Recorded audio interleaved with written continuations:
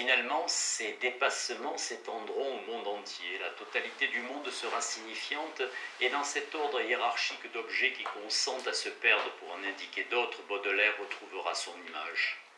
L'univers purement matériel est aussi éloigné de lui qu'il est possible, mais dans l'univers signifiant, Baudelaire récupère. N'écrit-il pas dans l'invitation au voyage des poèmes en prose « Dans ce beau pays si calme, ne serais-tu pas encadré dans ton analogie et ne pourrais-tu pas te mirer pour parler comme les mystiques dans ta propre correspondance ?» Tel est le terme des efforts de Baudelaire, s'emparer de soi-même dans son éternelle différence, réaliser son altérité en s'identifiant au monde tout entier, allégé, évidé, rempli de symboles et de signes, ce monde qui l'enveloppe dans son immense totalité n'est autre que lui-même. Et c'est lui-même que ce narcisse veut étreindre et contempler. Et la beauté elle-même n'est point une perfection sensuelle contenue dans les étroites limites d'un cadre, d'un genre poétique, d'un air de musique. Avant tout, elle est suggestion, c'est-à-dire qu'elle est ce type étrange et forgé de réalité où l'être et l'existence se confondent, où l'existence est objectivée et solidifiée par l'être, où l'être est allégé par l'existence. S'il admire Constantin Guise, c'est qu'il voit en lui le peintre de la circonstance et de tout ce qu'elle suggère d'éternel. Et il écrit ailleurs: c'est cet admirable, cet immobile instinct du beau qui nous fait considérer la terre et ses spectacles comme un aperçu, comme une correspondance du ciel. La soif insatiable de tout ce qui est au-delà et qui révèle la vie est la preuve la plus vivante de notre immortalité. C'est à la fois par la poésie et à travers la poésie, par et à travers la musique que l'âme entrevoit les splendeurs situées derrière le tombeau. Et quand un poème exquis amène les larmes au bord des yeux, ces larmes ne sont pas la preuve d'un excès de jouissance, elles sont bien plus le témoignage d'une mélancolie irritée, d'une postulation des nerfs, d'une nature exilée dans l'imparfait et qui voudrait s'emparer immédiatement sur cette terre même d'un paradis révélé. Ainsi, le principe de la poésie est strictement et simplement l'aspiration humaine vers une beauté supérieure, et la manifestation de ce principe est dans un enthousiasme, un enlèvement de l'âme. Enthousiasme tout à fait indépendant de la passion, qui est l'ivresse du cœur et de la vérité, qui est la pâture de la raison. Car la passion est chose naturelle, trop naturelle même pour ne pas introduire un ton blessant, discordant dans le domaine de la beauté pure, trop familière et trop violente pour ne pas scandaliser les purs désirs, la gracieuse mélancolie, les nobles désespoirs qui habitent les régions surnaturelles de la poésie. Tout Baudelaire est dans ce passage. Nous y retrouvons son horreur de la trop plantureuse nature, son goût de l'inassouvissement et des voluptés irritantes, son aspiration vers l'au-delà. Mais ne nous trompons pas sur celle-ci, on a parlé du platonisme de Baudelaire ou de sa mystique, comme s'il avait désiré se débarrasser de ses attaches charnelles pour se trouver, à la manière du philosophe décrit dans le banquet, face à face avec les idées pures ou le beau absolu.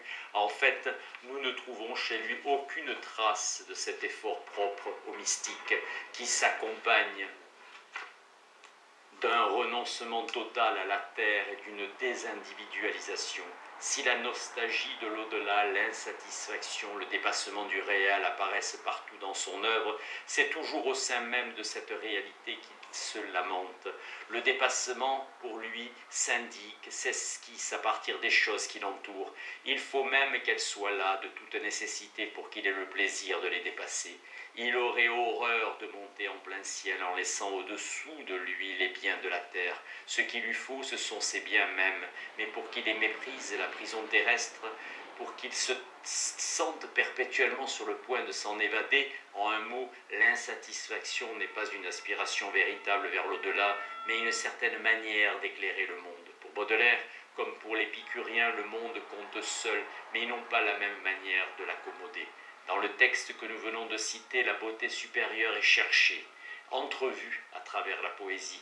Et c'est précisément là ce qui compte, ce mouvement qui traverse le poème comme une épée qui en émerge vers l'au-delà, mais qui alors, ayant rempli sa tâche, s'évanouit dans le vide. Il s'agit au fond d'une ruse pour donner une âme aux choses. Le célèbre passage de Fusée nous la révèle en définissant le beau.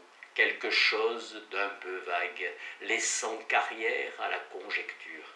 D'ailleurs, la beauté chez Baudelaire est toujours particulière, ou plutôt ce qui l'enivre, c'est un certain dosage d'individuel et d'éternité, où l'éternité se laisse entrevoir derrière l'individuel. Le beau, dit-il, est fait d'un élément éternel, invariable, dont la quantité est extrêmement difficile à déterminer, et d'un élément relatif, circonstancié, qui sera, si l'on veut, tour à tour ou tout ensemble, l'époque, la mode, la morale, la passion. Mais si l'on demande avec plus de précision quelles peuvent bien être les significations que le flâneur, le mangeur de hashish ou le poète entrevoient à travers les choses, nous sommes bien obligés de convenir qu'elles ne ressemblent pas aux idées platoniciennes ou aux formes aristotéliciennes. Sans doute Baudelaire a pu écrire « L'enthousiasme qui s'applique à autre chose que les abstractions est un signe de faiblesse et de maladie ». Mais en fait, on ne le voit nulle part se préoccuper de fixer à partir d'une nature particulière les traits essentiels et abstraits qui la caractérisent. Les essences lui importent assez peu et la dialectique de Socrate lui est très étrangère. Manifestement, ce qu'il vise à travers telle femme qui passe, Dorothée ou la Malabarèse, ce n'est pas la féminité, c'est-à-dire l'ensemble des caractères distinctifs de son sexe. Et il pourrait dire, comme cet adversaire grec de l'Académie, « Je vois le cheval, mais non la cabalaïté ». Il suffit de relire les fleurs du mal pour comprendre ce que Baudelaire demande à la signification. Ce n'est pas de dépasser l'objet signifiant comme l'universel dépasse l'exemple singulier qui le fonde, mais comme un mode d'être plus léger pour aller au-delà, d'un être plus dense et plus lourd. Comme l'air s'échappe de la terre poreuse et pensante, comme l'âme surtout traverse le corps. Il est de fort parfum pour qui toute matière et poreuse, on dirait qu'il pénètre le verre dans le flacon. Cette impression de la pénétration du solide le plus dense par une matière gazeuse dont l'inconsistance fait la spiritualité est essentielle chez lui. Ce verre baigné par l'odeur, à la fois net, poli, sans mémoire et cependant hanté par une rémanence, traversé par une vapeur, c'est le symbole le plus clair de la relation qui s'établit pour lui entre la chose signifiante et la signification. Or, il est bien visible que la chose et son sens sont tous deux singuliers. Cette diaphanéité vitreuse du sens, son caractère spectral et irrémédiable, nous mettent sur la voie. Le sens, c'est le passé. Une chose est signifiante pour Baudelaire lorsqu'elle est poreuse pour un certain passé et qu'elle excite l'esprit à la dépasser vers un souvenir. Parfum, âme, pensée, secret, autant de mots pour désigner le monde de la mémoire. Charles Dubos dit avec raison, pour Baudelaire, il y a de profond que le passé, c'est lui qui à toute chose communique, imprime la troisième dimension. Ainsi, comme nous avons noté la confusion de l'éternel et du passé, nous pouvons noter à présent la confusion du passé et du spirituel. Comme celle de Bergson, l'œuvre de Baudelaire pourrait s'appeler matière et mémoire. C'est que le passé universel et non plus seulement celui de sa conscience s'offre comme un mode d'être entièrement conforme à ses souhaits. Il l'est parce qu'il est irrémédiable et pur objet de la contemplation passive, mais en même temps il est absent, hors d'atteinte, délicatement fané. Il possède cet être fantomal que Baudelaire nomme esprit et qui est le seul dont notre poète puisse s'accommoder. Les méditations sur les jouissances défuntes s'accompagnent de cette irritation, de cette postulation des nerfs, de cet inassouvissement qui lui sont chers. Il est loin déjà, plus loin que l'Inde ou de la Chine. Et pourtant rien n'est plus proche, c'est l'être par-delà l'être. C'est lui le secret des vieilles femmes qui ont souffert, de ces hommes sombres aux ambitions ténébreusement refoulées, de Satan enfin, le seul parmi les anges qui ait une mémoire personnelle. Baudelaire l'avoue à plusieurs reprises, l'idéal de l'être pour lui serait un objet existant au présent avec tous les caractères d'un souvenir. Le passé souhaite-t-il dans l'art romantique, tout en gardant le piquant du fantôme, reprendra la lumière et le mouvement de sa vie et se fera présent. Et dans les fleurs du mal, charme profond, magique dont nous grise dans le présent le passé restauré. Ce serait en effet à ses yeux l'union objective de l'être et de l'existence que, nous l'avons vu, ces poèmes tentent de réaliser. Tel serait dans ces grandes lignes le portrait de Baudelaire. Mais la description que nous avons tentée présente cette infériorité sur le portrait qu'elle est successive au lieu qu'il est simultané. Seule l'intuition d'un visage, d'une conduite pourrait nous faire sentir que les traits mentionnés ici l'un après l'autre sont imbriqués en fait dans une synthèse indissoluble, où chacun d'eux exprime à la fois lui-même et tous les autres. Il nous suffirait de voir vivre Baudelaire, fût-ce un instant, pour que nos remarques éparses s'organisent en une connaissance totalitaire. La perception immédiate s'accompagne en effet d'une compréhension confuse et, pour parler comme Heidegger, préontologique, qu'il faut souvent des années pour expliciter et qui contient ramassé dans une indifférenciation syncrétique les principaux caractères de l'objet. En l'absence de cette compréhension immédiate, nous pouvons du moins pour conclure marquer l'étroite interdépendance de toutes les conduites, de toutes les affections baudelairiennes, insister sur la façon dont chaque trait, par une dialectique singulière, passe dans les autres ou les laisse apercevoir, ou les appelle pour se compléter. Cette tension vaine, aride et comme exaspérée qui constitue son climat intérieur et qui se marquait pour ceux qui l'ont connu dans la sécheresse coupante de sa voix, dans la nervosité froide de ses gestes, elle est sans doute le résultat de la haine qu'il porte à la nature. Hors de lui et en lui-même, elle apparaît comme un effort pour tirer son épingle du jeu, pour se désolidariser. On ne saurait mieux la comparer qu'à l'attitude méprisante, angoissée et raidie d'un prisonnier qui, dans une cave inondée, voit l'eau monter le long de son corps et rejette sa tête en arrière pour que, du moins, la plus noble partie de lui-même, le siège de sa pensée et du regard, demeure le plus longtemps possible au-dessus du flot bourbeux. Mais cette attitude stoïcienne réalise en même temps le dédoublement que Baudelaire poursuit sur tous les plans. Il se bride, il se freine, il se juge, il est son témoin et son bourreau, le couteau qui fouille la plaie et le ciseau qui sculpte le marbre. Il se tend et se travaille pour n'être jamais un donné pour lui-même, pour pouvoir assumer à chaque instant la responsabilité de ce qu'il est. En ce sens, il serait bien difficile de distinguer la tension qu'il s'impose de la comédie qu'il se donne à lui-même. Supplice ou lucidité, cette tension apparaît, si l'on la prend d'un autre biais, comme l'essentiel du dandysme et comme l'ascésis stoïcienne. Et tout en même temps, elle est horreur de la vie, crainte perpétuelle de se salir et de se compromettre. La censure qu'elle exerce sur la spontanéité équivaut à une stérilisation délibérée. En réprimant tous ses élans, en se perchant d'un seul coup et pour toujours sur le plan réflexif, Baudelaire a choisi le suicide symbolique. Il se tue à la petite semaine, du même coup elle donne le climat du mal baudelairien. Car chez lui le crime est concerté, accompli délibérément et presque par contrainte. Le mal ne correspond nullement à l'abandon, c'est un contre-bien qui doit avoir tous les caractères du bien, affecté seulement d'un changement de signe. Et puisque le bien était fort exercice domination sur soi, nous retrouverons dans le mal tous ces caractères. Ainsi la tension baudelairienne se sent maudite et se veut telle. De la même façon, le goût pour les voluptés retenues que nous dénoncions chez lui exprime sa haine de l'abandon et par là il ne fait qu'un avec sa frigidité, sa stérilité, son manque radical de charité et de générosité. Enfin, avec la tension même que nous venons de décrire, il s'agit de retrouver maître de lui-même au sein des plaisirs. Il s'agit de se retrouver maître de lui-même au sein des plaisirs. Il faut qu'il sente un mort qui le retient en arrière, alors qu'il va s'abandonner à la jouissance. En ce sens, les fantasmes qu'il évoque au moment de l'acte sexuel, ses juges, sa mère, les belles femmes froides qu'il observe, sont destinés à le sauver dans le temps qui va s'abîmer dans la pure sensation. Et son impuissance même est provoquée, semble-t-il, par la peur de trop jouir.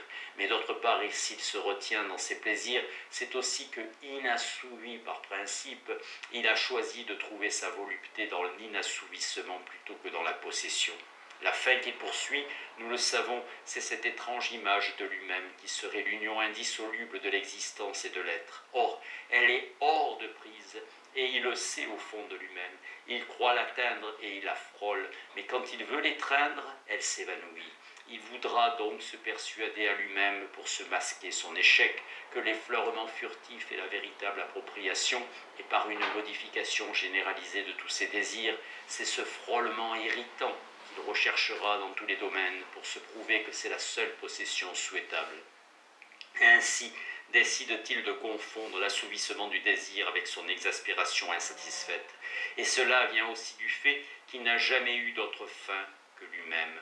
Or, dans le plaisir normal, on jouit de l'objet et l'on s'oublie, au lieu que, dans cette titillation énervante, c'est du désir qu'on jouit, c'est-à-dire de soi.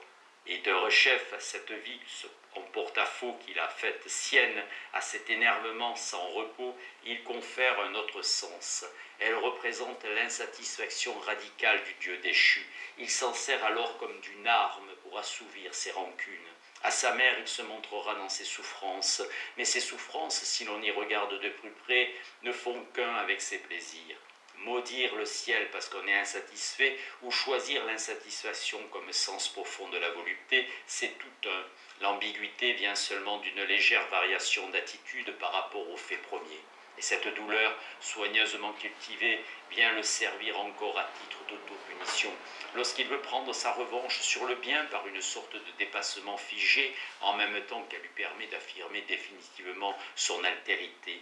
Mais entre son extrême affirmation de soi et sa négation de soi ultime, il n'y a de nouveau pas la moindre différence, car lorsqu'il se nie totalement, il songe à se tuer. Or, le suicide chez lui n'est pas une aspiration vers le néant absolu.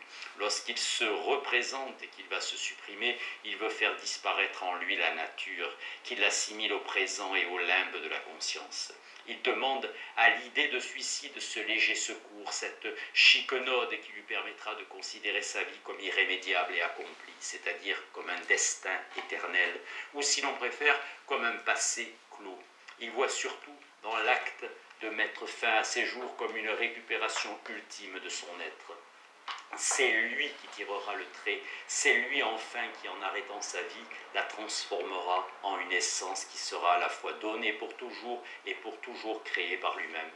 Ainsi se délivrera-t-il du sentiment insupportable d'être de trop dans le monde. Seulement pour jouir des résultats de son suicide, il faut de toute évidence qu'il y survive. C'est pourquoi Baudelaire a choisi de se constituer en survivant.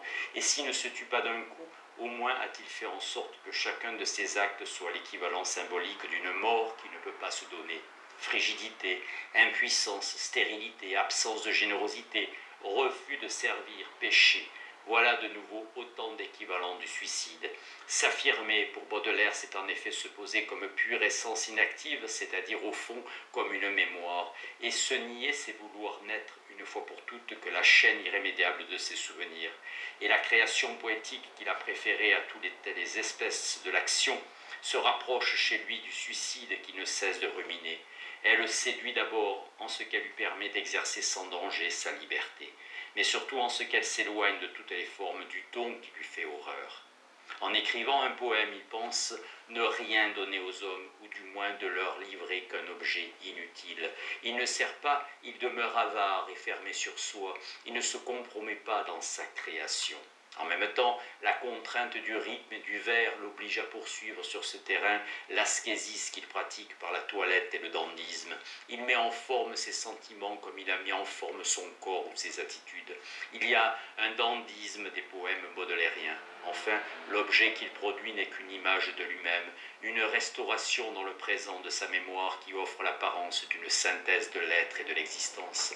Et lorsqu'il tente de se l'approprier, comme il y est encore engagé plus qu'à demi, il n'y parvient pas tout à fait, il demeure encore inassouvi. Ainsi, l'objet du désir s'apparaît-il au désir pour constituer finalement cette totalité raidie, perverse et insatisfaite qui n'est autre que Baudelaire lui-même. On le voit, la négation de soi passe dans l'affirmation de soi, comme dans la dialectique hegelienne. Le suicide devient un moyen de se perpétuer. La douleur, la fameuse douleur baudelairienne, a la même structure intime que la volupté. La création poétique s'apparente à la stérilité. Toutes ces formes passagères, toutes ces attitudes quotidiennes se fondent les unes dans les autres, apparaissent, s'évanouissent et reparaissent quand on s'en croyait le plus loin. Ce ne sont que les modulations d'un grand thème primitif qu'elles reproduisent avec des tonalités diverses.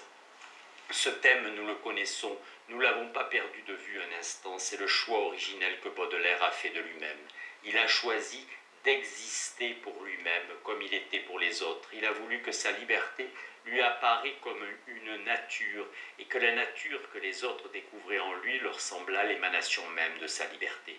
À partir de là, tout s'éclaire. Cette vie misérable qui nous paraissait aller à volo, nous comprenons à présent qu'il a tissé avec soin. C'est lui qui a fait en sorte qu'elle ne fût qu'une survie. C'est lui qui l'a encombré au départ de ce bric-à-brac volumineux, négresse, dette, vérole, conseil de famille, qui le gênera jusqu'au bout et jusqu'au bout l'obligera à s'en aller à reculons vers l'avenir. C'est lui qui a inventé ces belles femmes calmes qui traversent ces années d'ennui, Marie d'Aubrun, la présidente. C'est lui qui a soigneusement délimité la géographie de son existence en décidant de traîner ses misères dans une grande ville, en refusant tous les dépaysements réels pour mieux poursuivre dans sa chambre les évasions imaginaires. C'est lui qui a remplacé les voyages par les déménagements, en mimant la fuite devant lui-même par ses perpétuels changements de résidence, et qui, blessé à mort, n'a consenti à quitter Paris que pour une autre cité qui en fut la caricature. Lui encore qui a voulu son demi-échec littéraire et cet isolement brillant et minable dans le monde des lettres. Dans cette vie si close, si serrée, il semble qu'un accident, une intervention du hasard permettrait de respirer, donnerait un répit à l'automne Timorouménos, mais nous n'y chercherions en vain une circonstance dont il ne soit pleinement et lucidement responsable. Chaque événement nous renvoie le reflet de cette totalité indécomposable qui fut du premier jour jusqu'au dernier. Il a refusé l'expérience, rien n'est venu du dehors le changer, et il n'a rien appris. C'est à peine si la mort du général Opic a modifié ses relations avec sa mère.